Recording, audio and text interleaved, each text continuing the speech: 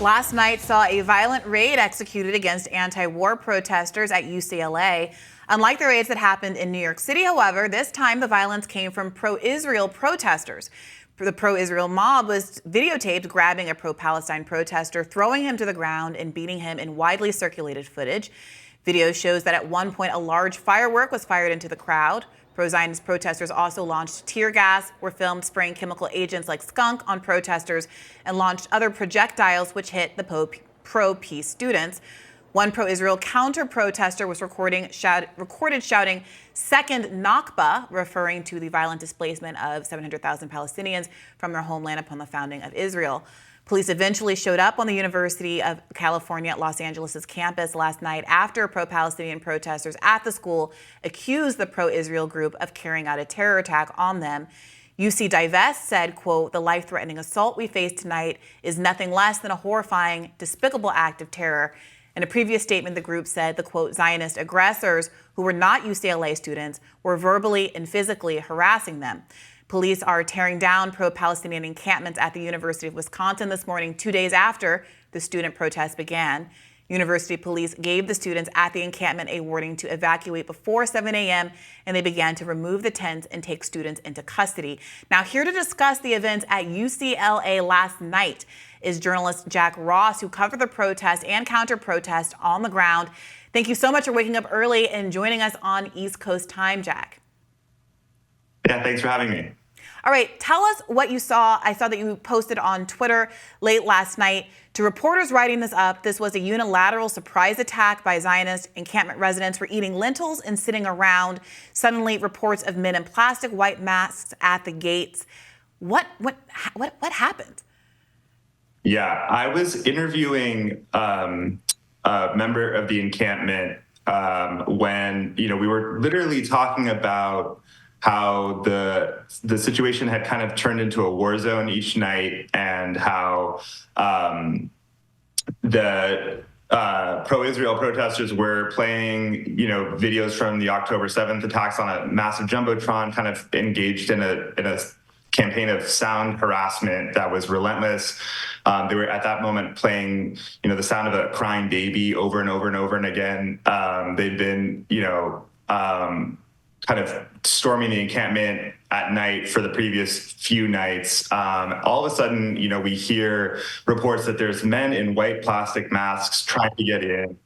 Everyone runs to the front of the encampment, and it was chaos. I mean, my memories are, just of people shouting, "Get down, get down." There was spray everywhere. We were all quickly drenched in liquids. We couldn't tell what they were. We smelled like skunk very quickly.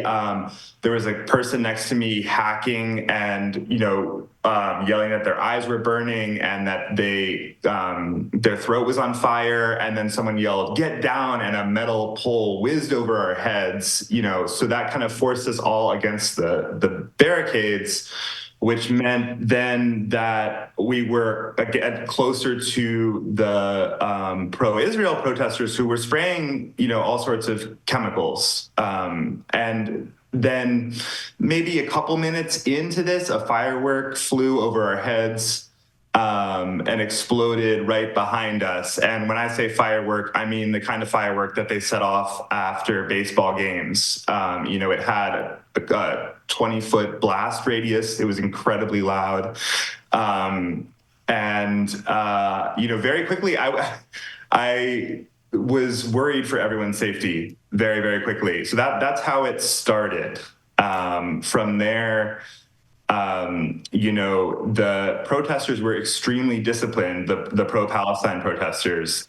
They did not fight back. They did not, throw bottles, throw poles or anything. It was about holding the line against this mob that we quickly saw had grown to about 200 people.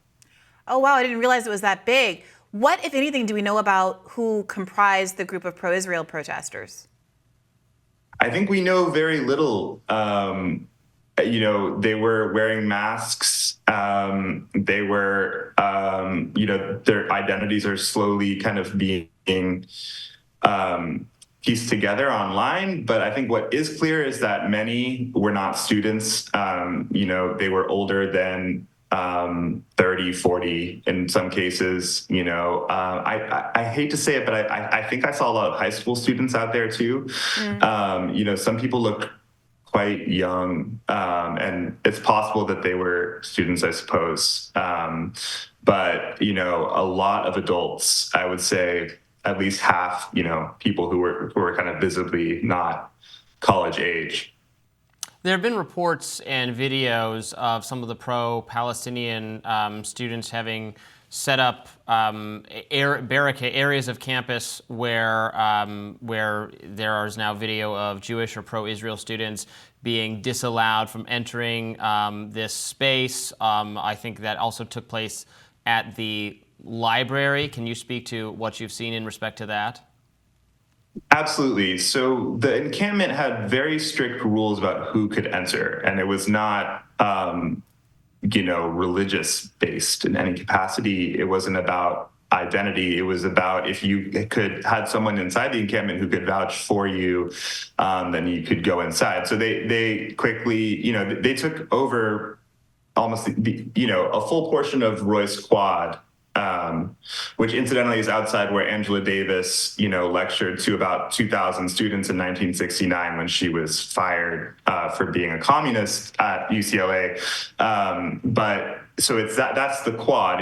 This historic quad is totally blocked off, and no one can get in. Unless you know someone who's in there, and that's for security reasons. They let in faculty, I believe, last night, and then a couple of Zionist counter-protesters snuck in, hid in tents, and then emerged in the middle of the night, shaking tents and screaming about evacuating, really scaring people. And I'm told, by a source in the camp that, quote, a wonderful tiny femme was wandering around the camp telling people this is a psyop, calm down, they're trying to alarm us. This was the night prior to last night. So they're very concerned about who gets in the camp, and it's not based on identity or belief so much as safety.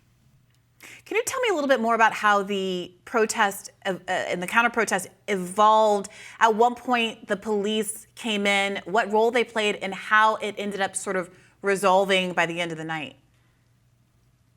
Yeah, so for hours, there was no security and there were no police. There was simply a mob of about 200 Zionists with poles, fireworks, bear mace, skunk, and throwing bottles at this crowd of student protesters. No one to separate them. There were security standing to the side watching. And Campus security? As soon as the campus security, correct.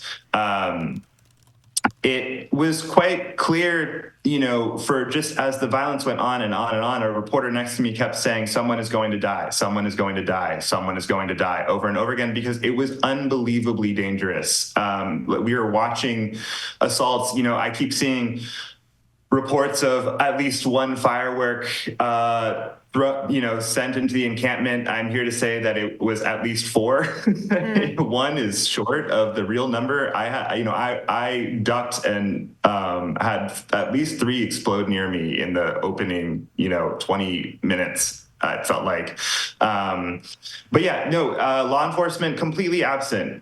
There was what felt. There had been instructions for hours, clearly, that no one was going to intervene, and the protesters, the pro-Palestine protesters were saying, that it was clear what was happening to them, which was that UCLA was trying to let the Zionists clear the encampment on their behalf. So are you saying that the pro-Palestinian protesters would have welcomed a heightened or more robust police presence to deal with this? I think they wanted any help that they could get. Obviously, that's a complicated question. And, I didn't talk to anyone about how they felt at the time about that question. What was clear was that they needed someone to stand in between the two sides. And no one was willing to do that. I was there on Sunday, and that's what campus security was doing. There was quite a lot of security on bikes, separating the two sides, and it was a really important thing to do. That situation on Sunday where there was a large pro-Israel counter protest, could have easily spiraled out of control as well, but security kept it controlled, and they were completely missing last night. And we're actually seen running from the site when the action began. Oh, so you're saying that not only were campus police present in choosing to not intervene, but that they were actually spotted fleeing the scene as the escalation took place? Correct. A reporter, I missed this myself because I was in the chaos of the encampment, but a colleague of mine at a paper I write for, LA Public Press, his name's Joey Scott, he said, they saw, they were outside and they saw the security that had been present. There's a pretty robust security presence on campus around this encampment, and he saw them all take off and run as soon as the pro-Israel faction arrived. Incredible stuff. Jack Ross, thank you so much for joining us and giving us this on-the-ground insight into what took place last night at UCLA. I look forward to continuing to follow your coverage online and beyond. Thanks again. Thank you.